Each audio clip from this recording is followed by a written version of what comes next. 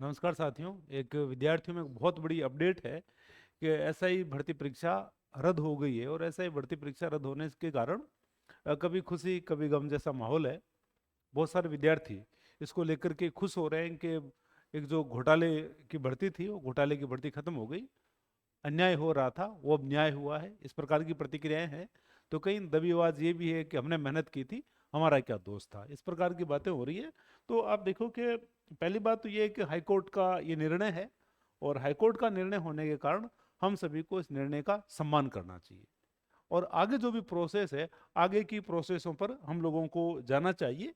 तो जो कोर्ट के पास जो बातें थी, कोर्ट ने इन आधारों पर इसको खारिज माना है। एक तो आरपीएस के एक दो सदस्य जो बहुत ज्ञात हैं, बाबूलाल कटारा और रामूराम राय का, उन दोनों को इसमें संलिप्त माना गया।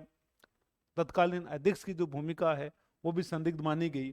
और बड़ी संख्या में इसमें डमी अभ्यर्थी बैठे और कई गैंग भी इसके अंदर शामिल रही थी। इस प्रकार की बातों को लेकर के हाईकोर्ट ने इस वैकेंसी को रद्द कर दिया था। ये सारी चीजें हुई। अब आप देखो कि ये जो वैकेंसी है, इस वैकेंसी के बाद में ये जो निर्णय है, ये निर्णय आप देखो कि बहुत काम का निर्णय है ये, जिसको हर एक विद्यार्थी को समझना चाहिए। और आप इस निर्णय को यदि पढ़ पा रहे हैं तो आप लोग इसको पढ़िए, नहीं तो इसका जो हिंदी अनुवाद है, इसका हिंदी अनुवाद मैं आपको बता देता हूँ।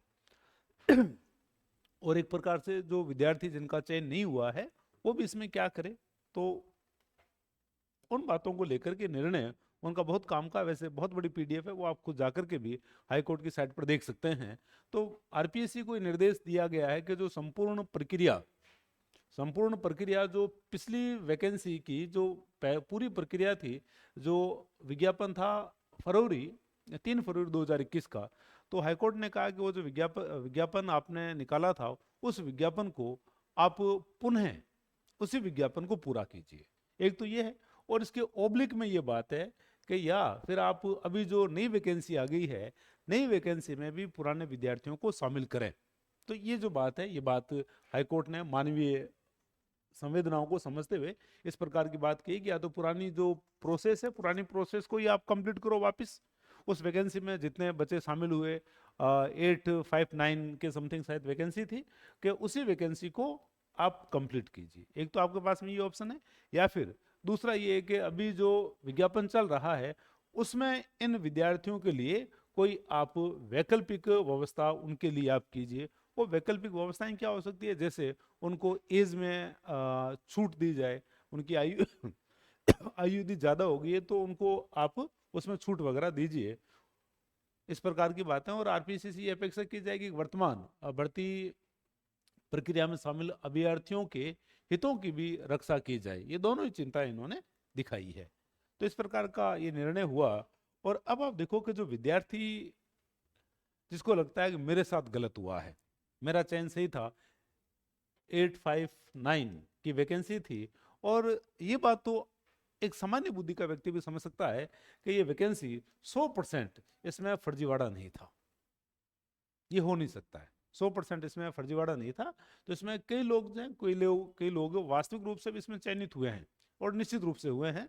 तो ये जो विद्यार्थी हैं, ये विद्यार्थी अब क्या कर सकते हैं, जिनका पिछली बार चयन हुआ है, तो ये विद्यार्थी एक तो नई वैकेंसी आ गई है, नई वैकेंसी की तैयारी करे। और कोर्ट ने ये भी कह दिया है कि लियन, है ना, लियन एक तकनीकी शब्द है। लियन का मतलब ये रहता है कि यदि कोई अभ्यर्थी या कोई अभ्यर्थी अब पूर्व में नौकरी करता था और नौकरी करके निश्चित नौकरी के बाद में जब हम किसी दूसरे विभाग में जाते हैं तो हमारे पास में एक समय अवधि रहती है कि हम वापस मूल विभाग में भी जा सकते हैं। तो सरकार ने ये कहा कि भाई लियन यदि किसी का समाप्त भी हो रहा है, सरकार को ये कहा है कि यदि किसी का लियन समाप्त हो रहा है और वो वापस अपनी उस जॉब में जाना चाहता है तो वो वापस जा सकता है। ये निर्णय भी ठीक है। तो इन 859 में से जो विद्यार्थी, सच्चे जो विद्यार्थी सिलेक्ट थे, तो उनमें से जो विद्यार्थी लियन वाले थे या जो पुरानी नौकरी वाले थे, तो वो अपने पुराने ऑप्शन को भी वापस आजमा सकते हैं। लेकिन ऐसे विद्यार्थी जो किसी भी जॉब में नहीं थे, बिल्कुल एकदम फ्रेशर विद्यार्थी थे, जिनके पास में कोई पद वगैरह नहीं है, तो वो क्या करें, एक तो आगे अपील की जाए। आगे अपील की जाए, क्योंकि आगे सुप्रीम कोर्ट में इस अपील को किया जा सकता है। हाईकोर्ट खुद में भी कोई विशेष यदि बेंच बने तो हाईकोर्ट बना सकता है, लेकिन वो संभावनाएं कम है। तो अभ्यर्थी सुप्रीम कोर्ट में जा सकता है, और सरकार यदि वैकेंसी को बचाना चाहे, अभी सरकार का इस पर क्या रुख है वो अभी तक नहीं आया है। सरकार यदि चाहे तो सरकार खुद भी इधर जा सकती है सुप्रीम कोर्ट के अंदर। तो विद्यार्थी सुप्रीम कोर्ट में अपील कर सकता है, और दूसरा उसके पास में जो ऑप्शन है वो तैयारी का ऑप्शन है, और तैयारी का जो ऑप्शन है ये बहुत कठिन है।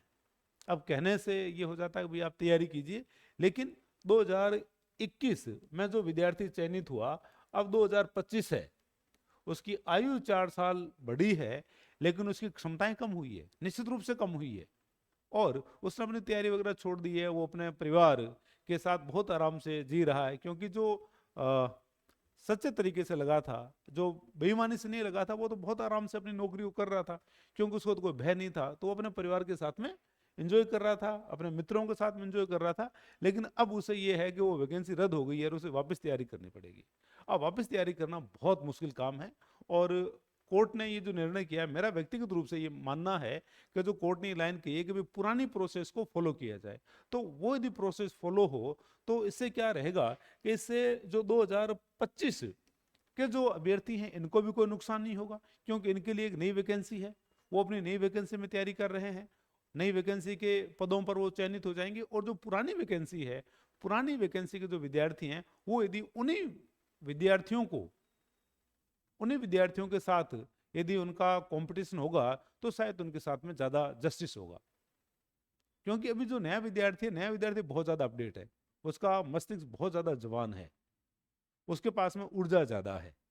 अब पुराना जो अभ्यर्थी है 2021 का है, उसके पास में इस प्रकार की संभावनाएं कम है। अब वो करना नहीं करना वो सरकार की बात है, लेकिन जो विद्यार्थी इस प्रोसेस के कारण, आरपीएससी के गड़बड़ झाले के कारण, जो विद्यार्थी कल तक चयनित था आज बाहर हो गया है, तो उस विद्यार्थी को वापस अपनी तैयारी पर फोकस करना चाहिए, जो बहुत मुश्किल काम है भाई, बहुत ज्यादा मुश्किल काम है।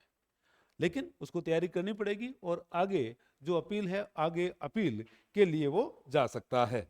और सरकार के पास में दूसरा ऑप्शन भी है कि या तो इन दोनों को अलग अलग करे, या फिर दोनों जो वैकेंसी है, दोनों वैकेंसी को मर्ज करके वो पदों की संख्या को बढ़ाए। तो पदों की जो संख्या है इस वैकेंसी में लगभग 1912 के आसपास इसमें पदों की संख्या हो जाएगी।